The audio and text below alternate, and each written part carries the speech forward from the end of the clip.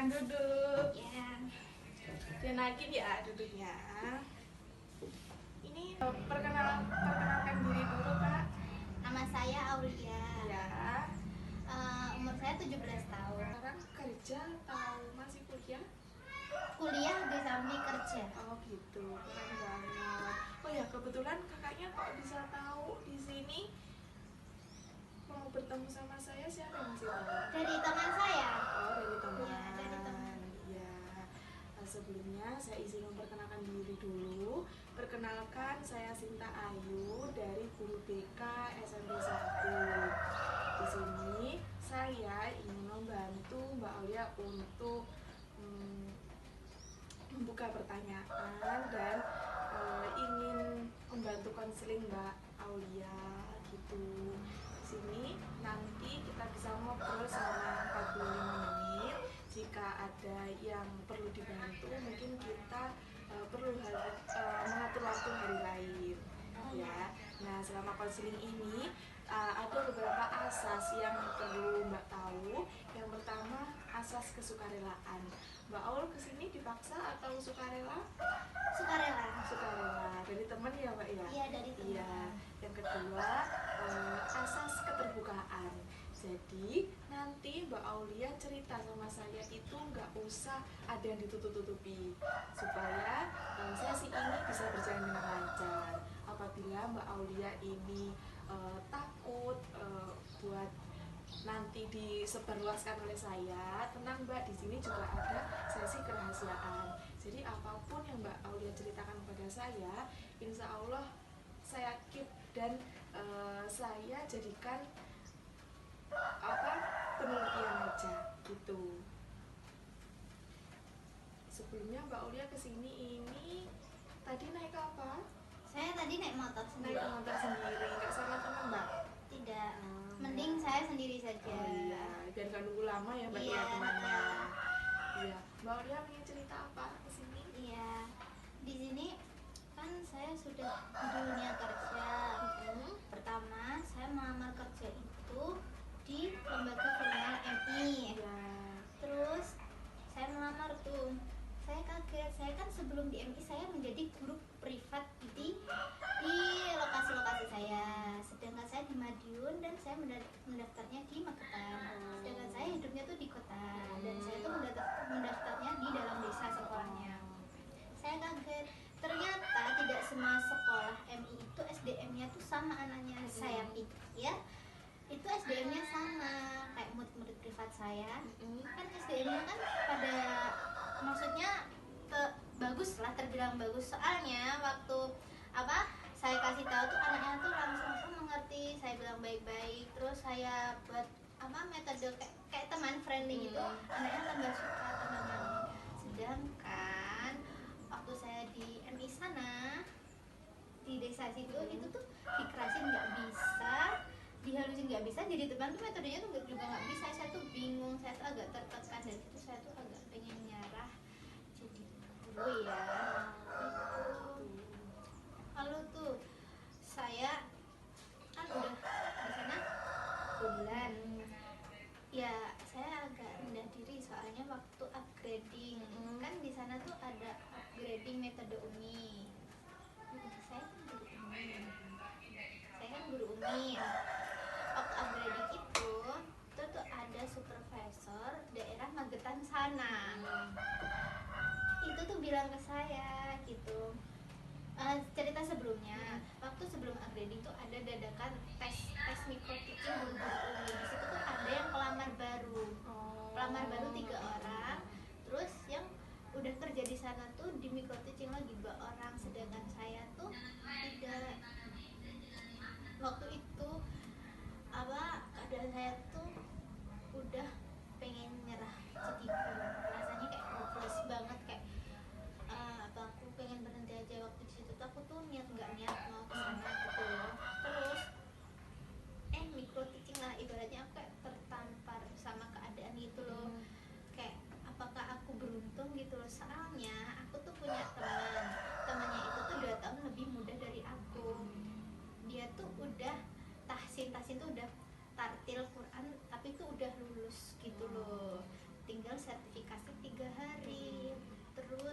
lagi lah tuh sama ketua UMI daerah di sana.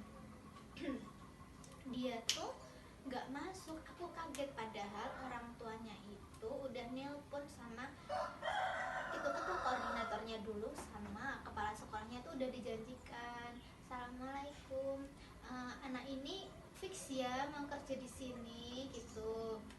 Oh iya iya, waktu rapat tuh dibilangin. Terus ketua koordinatornya naik sama kepala sekolah, Mbak ini itu ya fix nanti dilanjutkan kerja di sini ya Kak. Oh nggih gitu. Tapi waktu berbincang sebelum upgrading nih, itu tuh koordinator sekolah, bukan koordinator UMI, koordinator sekolah sama ketua sekolah itu ternyata nggak serak sama anak itu. Soalnya terlalu itu loh, pendiam gitu loh. Ya dari situlah aku tuh sempat, loh dia nggak masuk, ternyata yang dilihat itu tuh nggak, dia tuh pinter ngajinya apa enggaknya, ternyata kinerjanya. Dari situ aku kayak pas-pas, hah ternyata dia nggak masuk gara-gara itu. Terus ketua UMI daerahnya di situ, ketuanya tuh tanya saya langsung, kamu di sini dites sama siapa? Sama ketua koordinatornya langsung. Tesnya apa? Membaca doang. Micro teachingnya enggak. Terus dia tuh bilang sama saya tuh seperti ini, saya tuh ya memandang orang tuh nggak sertifikasi sama aja. Kayak sama aja orangnya udah sertifikasi tapi kayak mikroteachingnya tuh jelek, mikroteachingnya tuh kurang menguasai kelas. Nah, coba kalau umpamanya orang itu nggak sertifikasi tapi mikroteachingnya bagus, itu saya terima.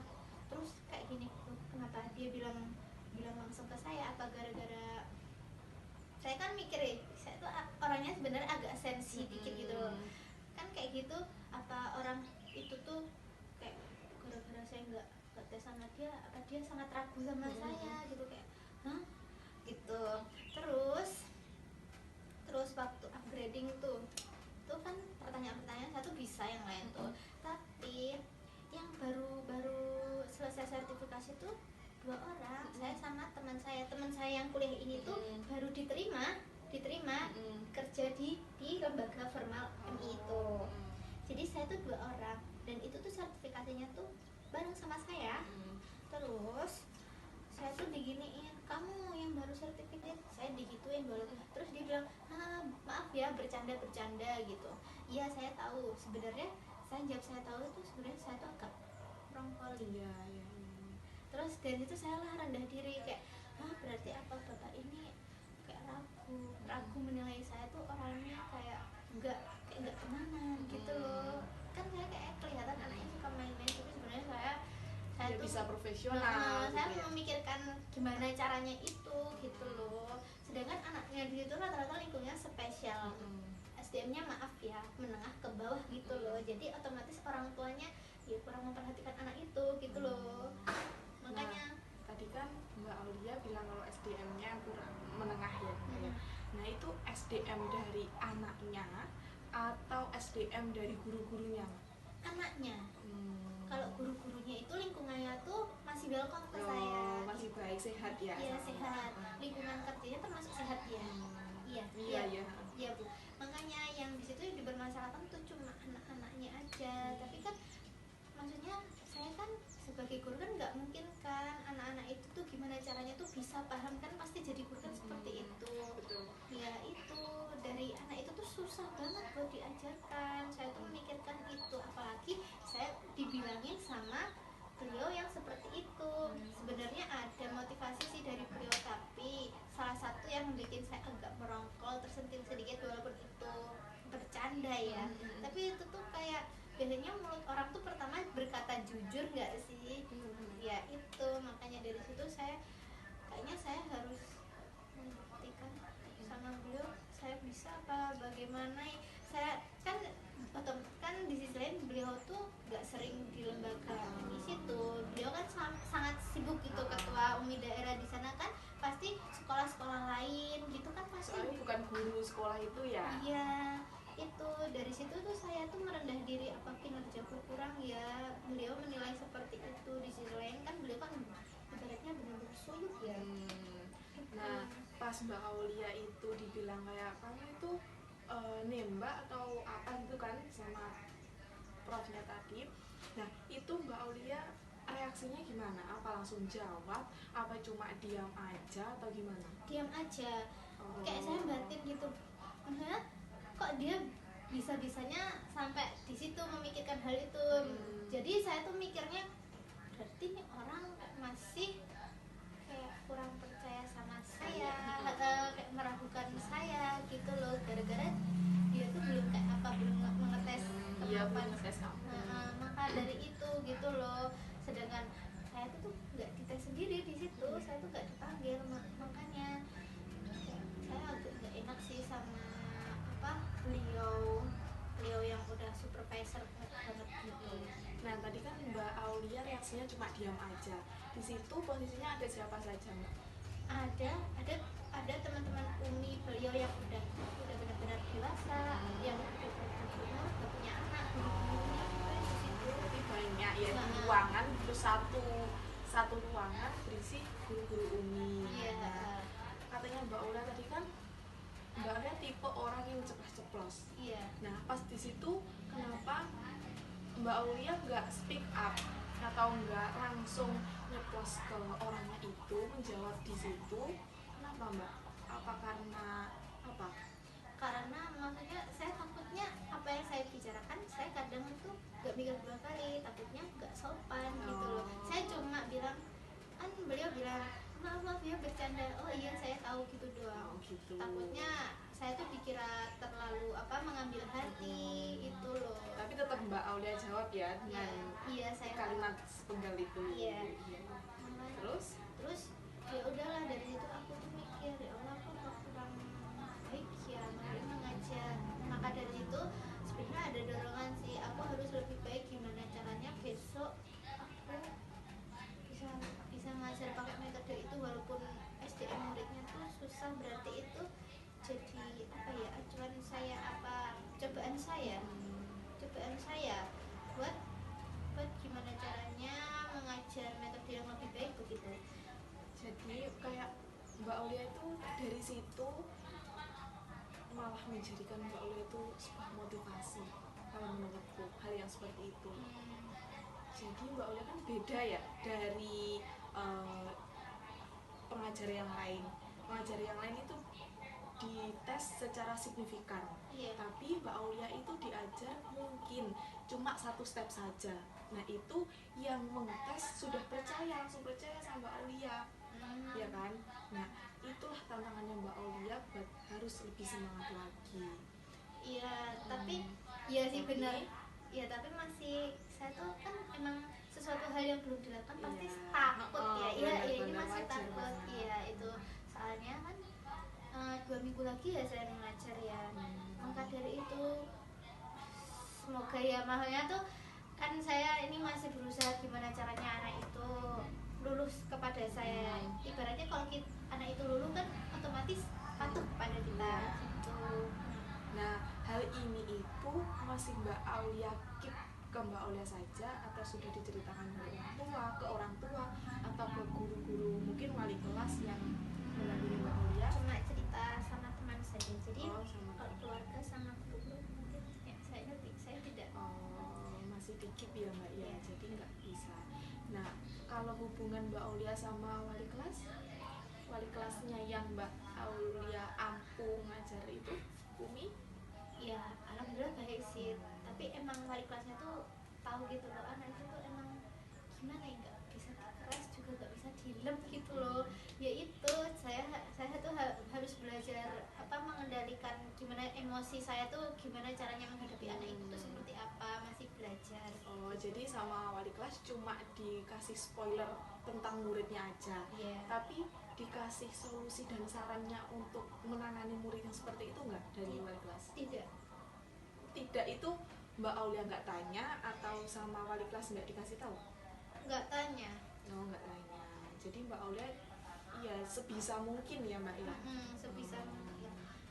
Ya itu soalnya kan pasti wali kelasnya kan kelompoknya kan beda-beda ya, otomatis ya beda, pasti lingkungannya campur-campur gitu, pasti kan wali kelas kan lingkungannya kan di satu itu aja, sedangkan ini kan kelompoknya kan beda-beda, ada yang kelas A, kelas B, gitu. A sama B, ya itu.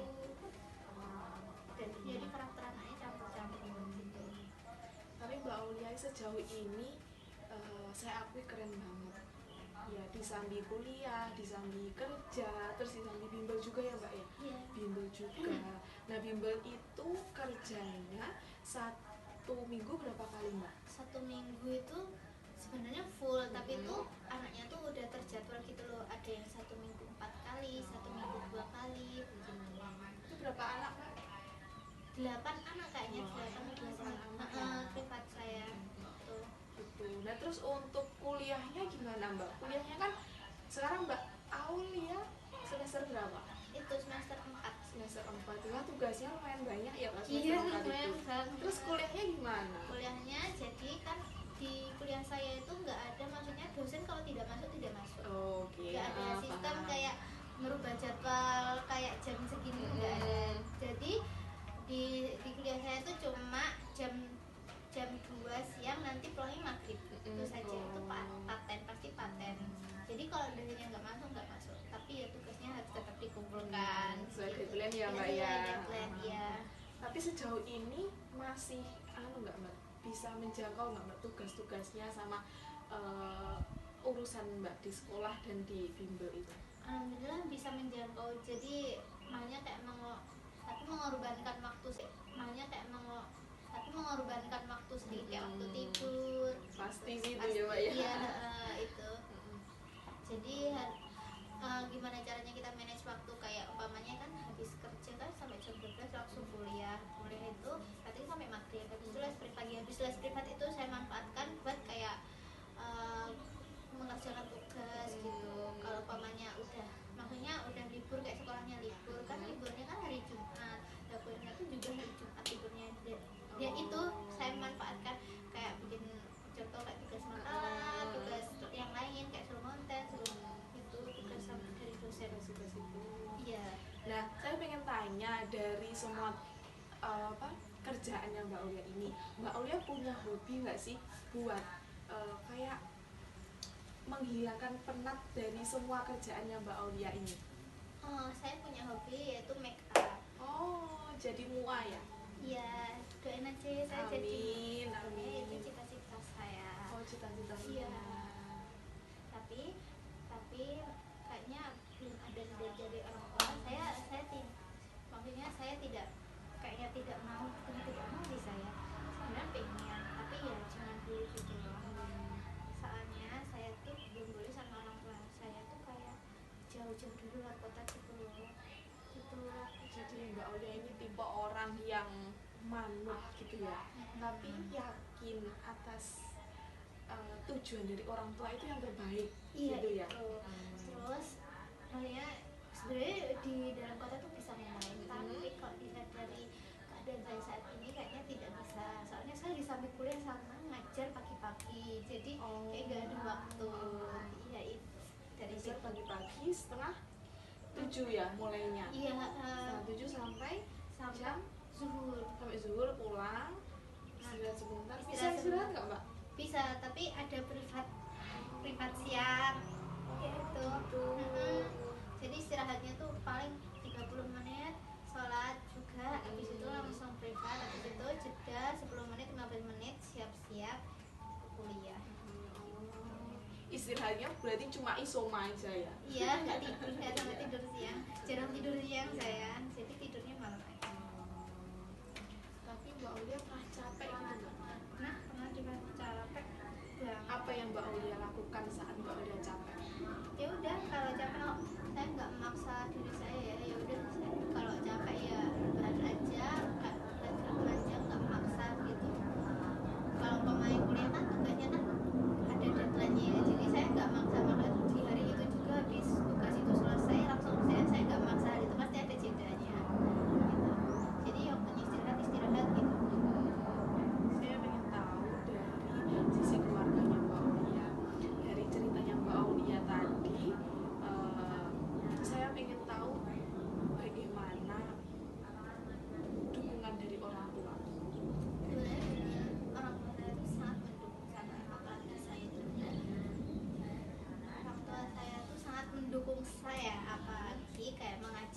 birthday ini orang tua saya tuh sangat senang. Apalagi saya tuh udah masuk lembaga ini, kayak orang tua saya tuh kayak wah alhamdulillah dilancarkan ya. Itu suatu bentuk kebahagiaan, membanggakan ya Kak. Iya, terus siapa tahu kamu punya kayak kesempatan besok kayak jadi contoh jadi ASN gitu. Tapi saya jujur tidak mengharapkan saya tuh jadi ASN. Oh, kenapa Kak? Apa alasan tidak mau jadi ASN? Soalnya masih ada jalan lain, maksudnya soalnya saya tidak saya mempunyai skill tuh bukan mengajar doang, skill saya tuh make up juga gitu. Kalau umpamanya saya punya opsi kalau umpamanya saya gagal jadi guru, gagal jadi apapun itu, walaupun nggak jadi ASN saya juga bisa membuka les privat, saya juga bisa menjadi MK, menyalurkan hobinya itu ya, menyalurkan hobi lebih bermanfaat gitu, menyenangkan orang gitu kan bisa. Jadi dari situ kayak apa, lihat saja ke depannya, kita nggak tahu ke depannya mau jadi apa, yang penting usaha saja terlebih dahulu. Dan maksudnya kan kita kan, apalagi saya kan masih muda, maksudnya tuh cara mindsetnya itu tuh yang benar-benar harus meyakinkan diri kita tuh yang positif. Terus walaupun kita tuh pengen menyerah, pengen apa, pokoknya kita harus memaksa mindset kita tuh positif itu sih. Walaupun tiap pagi harus meyakinkan, tapi semoga ya besok apa yang saya cita-citakan besok semoga bisa tercapai. Nah, dari Mbak Aulia katakan tadi, dengan ingin buka les privat dan ingin menyalurkan hobinya jadi MUA, itu orang tua mendukung nggak? Kayaknya yang MUA itu saat ini kayaknya belum. Oh, belum. Belum, saya pikir belum. Kayaknya dari segi usia saya masih sangat muda ini, orang tua saya kayaknya belum rela melepaskan saya. Saya akan menunggu hal yang benar-benar saya berpikir matang dan dewasa. Soalnya di usia saya belum benar-benar dewasa. Jadi saya menunggu Itu dari orang tua gimana gitu ya. Tadi kan Mbak Aulia menyampaikan kalau nggak bisa lepas, nggak bisa jauh-jauh dari Mbak Aulia ya orang tuanya. Nah, itu kan MUA kan bisa di rumah ataupun apa, kayak membuka ruko di dekat rumah atau gimana. Itu maksudnya gimana Kak, kok nggak mau jauh-jauh gitu? Soalnya orang tua saya tuh kayak masih belum tega melepaskan saya, makanya dari ridho orang tua itu saya diberi rezeki yang dekat-dekat gitu loh. Menurut saya itu ridho dari orang tua sih, saya dikasih rezeki yang dekat-dekat. Soalnya orang tua tuh masih belum merelakan saya untuk pergi ke luar kota gitu. Saya menyadari dari hal itu. Oh, jadi Mbak Aulia itu pengennya pergi ke luar kota untuk belajar, mengasah lebih dalam lagi tentang MUA itu ya? Iya, pengen. Tapi masih belum sama orang tua, belum dikasih belum orang hijau ya Kak ya? Mungkin waktu dewasa. Iya, benar-benar dewasa. Kakaknya kok bisa kayak gitu, dari siapa? MUA itu apa dari kecil atau dari hobinya, dari siapa? Iya, saya hobinya dari kecil. Dari kecil suka make up ya Kak? Saya suka sekali make up itu. Makanya sampai saya di pondok pun saya juga kerjanya juga make upin anak-anak gitu. Iya. Dulu di pondok ya Kak ya? Iya, di pondok juga. Jadi sering misal ada pertunjukan atau apa gitu, Mbak Aulia yang moles itu. Pasti. Oh iya. Jadi wajar banget kalau Mbak Aulia itu obses banget sama MUA. Iya, soalnya itu gimana, hobi itu pasti kan udah nggak bisa hilang. Bener. Ya jadi ya maksudnya selagi itu positif, kayak kalau saya stres ya saya menyalurkan ya lewat make up gitu. Jadi kalau Mbak Aulia itu capek banget tentang kerjaannya, ngajar, kuliah, nah Mbak Aulia itu melipir sedikit ke itu make up. Oke. Tapi dengan kerjaan seperti itu Mbak Aulia enjoy nggak? Jadi guru. Iya, jadi guru itu. Sebenarnya ya kadang tuh kalau capek ya gimana ya, kayak kadang ya udah namanya jalani aja gitu dengan lapang dada gitu, walaupun kadang malas gitu kan, itu tanggung jawab ya. Jadi kita harus mempertanggungjawabkan itu, ya harus mengajar walaupun kita harus mengontrol emosi kita biar kita tuh kelihatan ceria di depan anak-anak tuh gimana. Makanya sebenarnya ada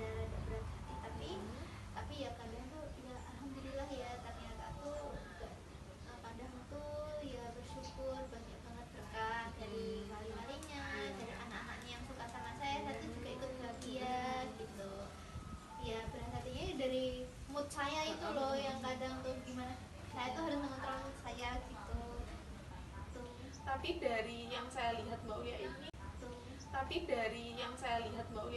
orangnya keras ya Mbak ya. Iya. Tapi kok bisa masuk dan bisa aware sama anak-anak, itu tipsnya apa Mbak? Tipsnya, saya tuh selalu tersenyum sama anak-anak. Tersenyum terus kalau anak-anak itu bisa, saya kasih apresiasi kayak jajan gitu. Anak-anak kan suka sekali jajan, tapi jajannya yang enggak jajan-jajan itu loh. Saya batasin ya, yang sewajarnya aja. Coklat tuh dibatasin. Pasti orang tua kan pasti melarang anak-anak itu jajan yang aneh-aneh gitu. Pasti saya cari yang sewajarnya aja.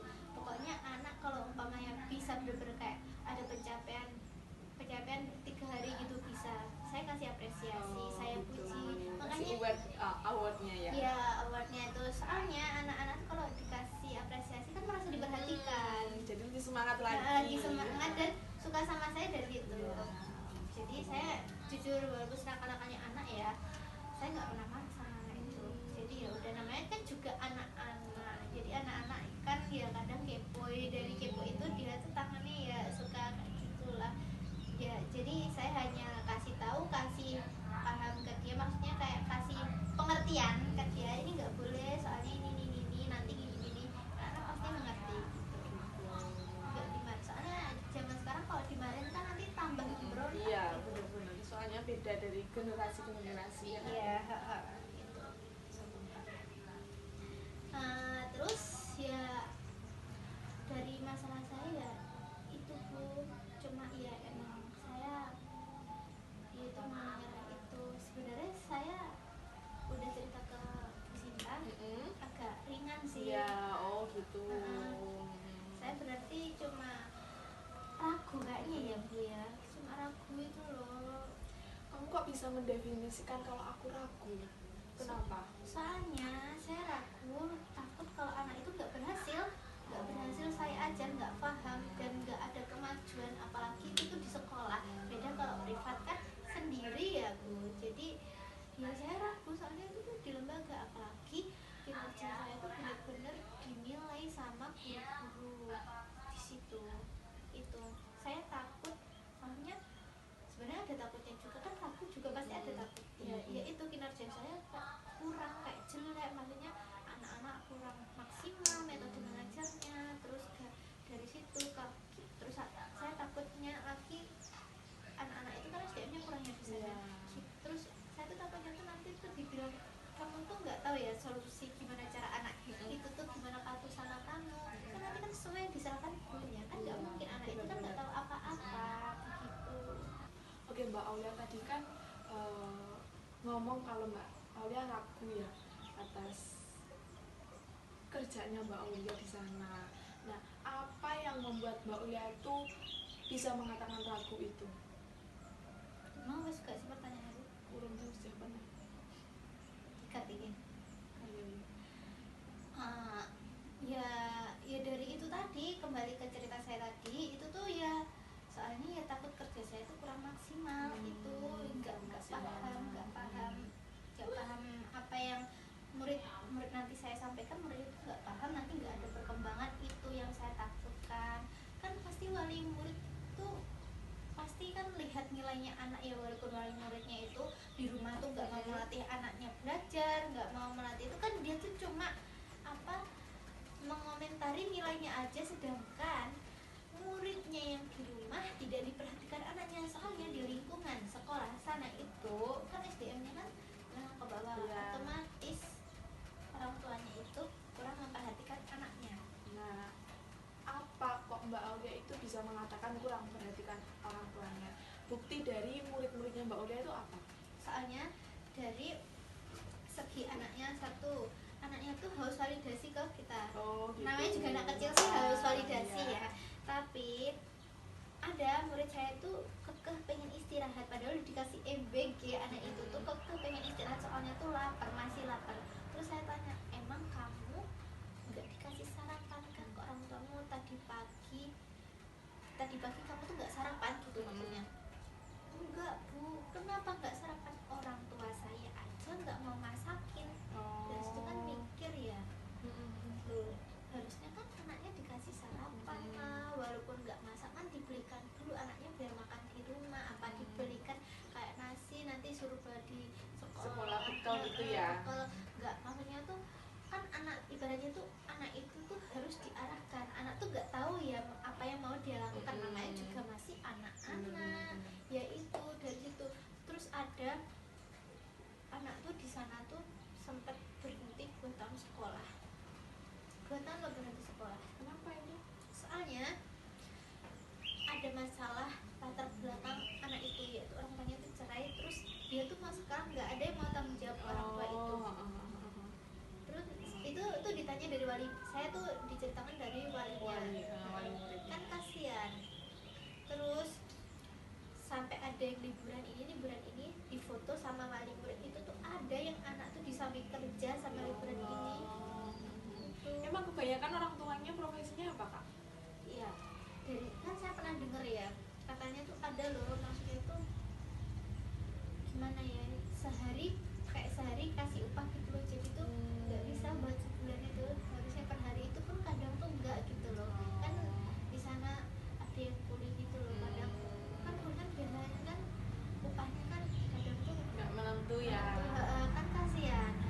Makanya di SDM sana aja ada yang tiap hari aja mikir apa uang tuh dapatnya buat anak sangu gitu loh, buat makannya tuh gimana banyak. Makanya di sana tuh ada ya dari kelas 1 sampai kelas 6 tuh nggak bayar bulanan, padahal itu sekolah negeri. Oh ya Allah. Sedangkan negeri itu kan identik dengan kemurahan, murah ya. Iya, murah dan sangat dipermudah kan semuanya sama bener. pemerintah.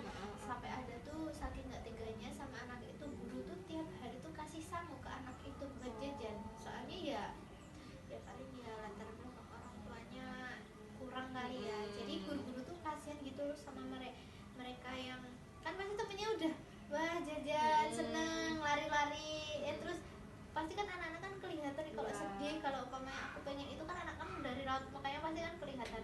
Sampai gak tega guru pasti tiap hari kasih uang sama anak itu, kasihan ya.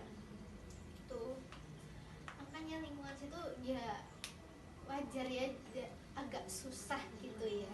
Terus pasti kalau umpamanya pembayaran tuh kita tuh nggak berani, contoh anak kosnya kan yang lain tuh 400 ya.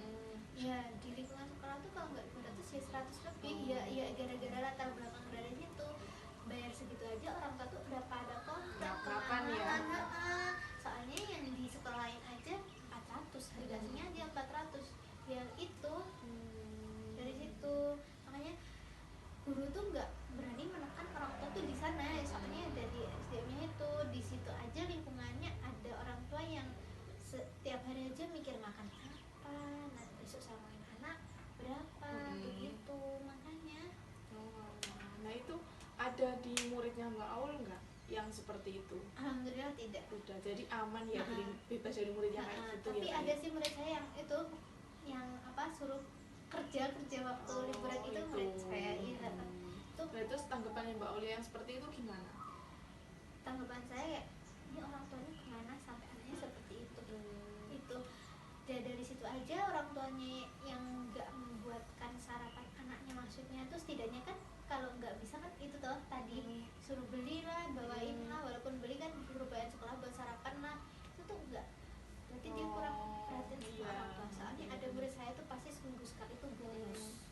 Ya soalnya itu saya tanya kamu bolos nggak dimarahin orang tua? Enggak. Berarti dia kan kurang perhatian sama orang tua gitu. Kasihan Gitu. Ada yang diceritakan lagi? sepertinya sudah gitu. Oh iya Mbak Aulia ini berapa saudara sih? Kok Saya. kayaknya ngoyo banget gitu ya Mbak Aulia ya? Sebenarnya saya tuh anak terakhir sih. Oh anak terakhir. Iya. Anak kesayangan Mbak ya? Saya tuh anak terakhir Dari? dari 2 bersaudara. Dari dua saudara. Satu anak terakhir, makanya anak yang di eman. Ya dari anak terakhir situ sebenarnya semua anak tuh punya beban masing-masing ya. Nggak di eman ya diberi harapan yang lebih ya. Iya. Harus bisa membanggakan sekali. Mbak ini yang kakaknya sudah nikah atau Sudah nikah? Sudah. Cewek apa cowok? Cewek. Cewek. Sudah punya. Cewek semua ya? Sudah punya anak. Alhamdulillah. Ya itu. Nah, terus sekarang satu rumah sama Mbak Aulia atau ikut suami? Ikut suami, alhamdulillah ikut suami. Tapi hubungan Mbak Aulia sama kakak baik-baik aja? Alhamdulillah kakak saya baik. baik banget sama Baik saya. banget. Heeh. Apa yang Mbak Aulia itu bilang alasannya kok baik banget sama Mbak Aulia?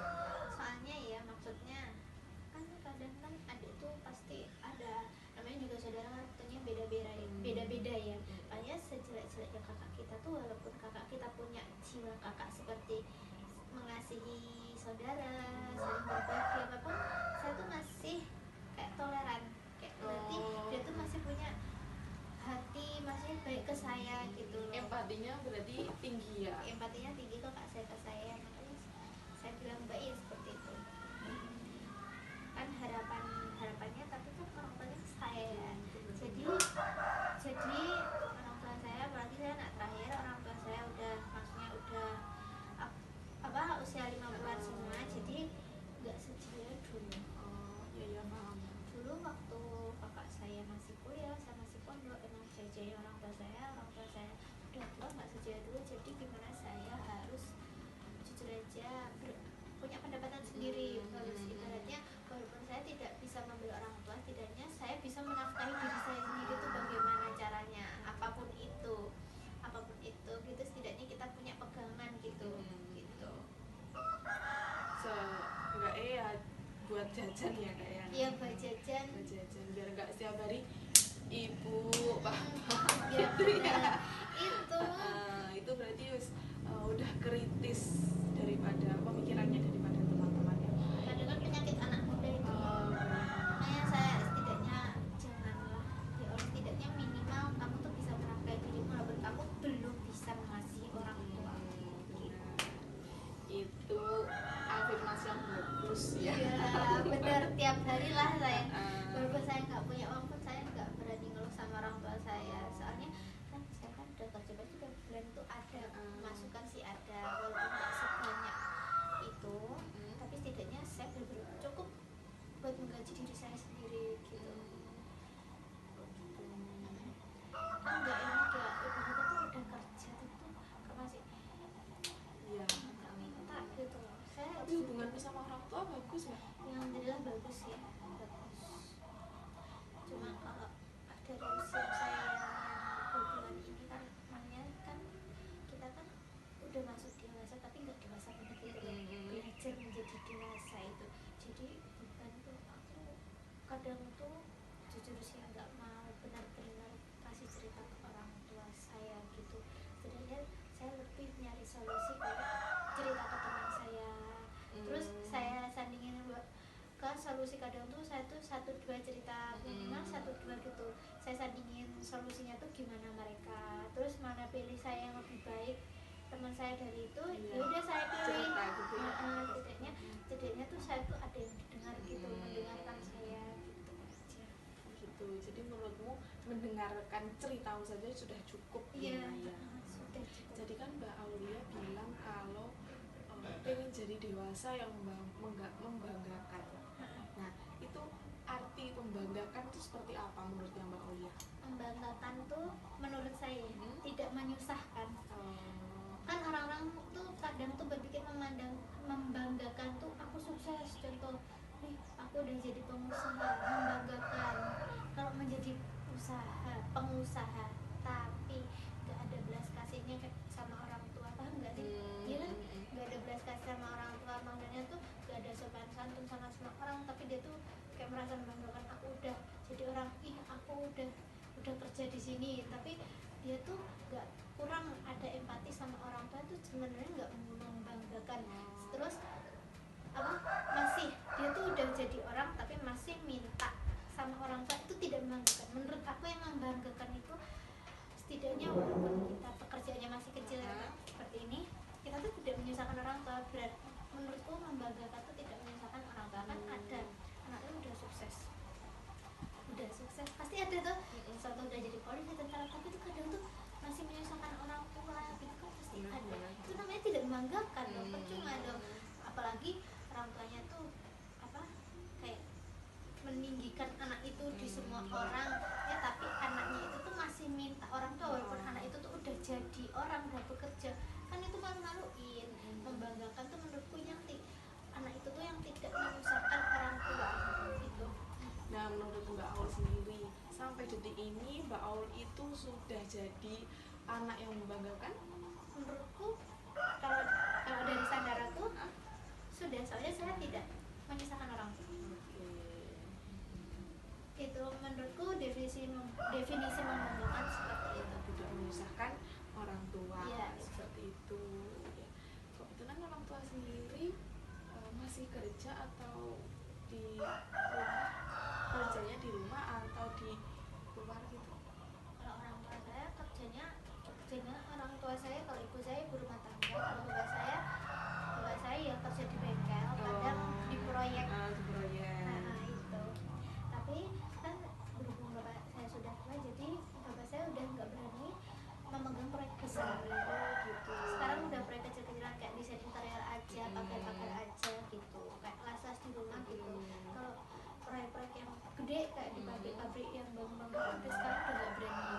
Berarti dulu sering kerjanya seperti itu ya kak ya? Iya, sekarang udah nggak berani. Iya, iya. Sudah cukup? Sudah. Oke. Dari hari ini saya mendengar Mbak Aulia itu bahwa sedang berada di fase penuh keraguan ya Mbak ya. Iya. Nah, tentang sekolahnya, tentang masa depannya yang penting. Nah, itu kamu merasa belum sepenuhnya yakin dengan pilihanmu di dunia pendidikan. Iya, Ya belum kan? sepenuhnya. Belum yakin dengan dunia pendidikan. Soalnya passion saya itu ada di Seni. seni muah seperti itu. Nah, namun di sisi lain saya itu melihat Mbak Aulia itu sangat-sangat bertanggung jawab atas apa yang ada di depannya Mbak Aulia. Iya. Ya, jadi kayak ngikuti alurnya saja. Yang penting saya jalan aja. Tapi jalannya itu masih juga terpantau dari orang tua seperti itu ya Iya, Mbak Aulia ya. Nah, terima kasih Mbak Aulia sudah menceritakan apa yang Mbak Aulia rasakan hari ini, dan semoga dengan cerita ini membantu Mbak Aulia itu merasa lega, merasa tenang. Yang penting Mbak Aulia itu enjoy dengan hari-harinya Mbak Aulia gitu. Iya. Terima kasih ya Mbak Aulia ya. Iya, sama-sama. Misal nanti ada yang kurang jelas di pertemuan ini, kita lanjutkan ke pertemuan selanjutnya. Iya. Gitu ya. Nanti bisa di save nomor saya, nanti kalau ada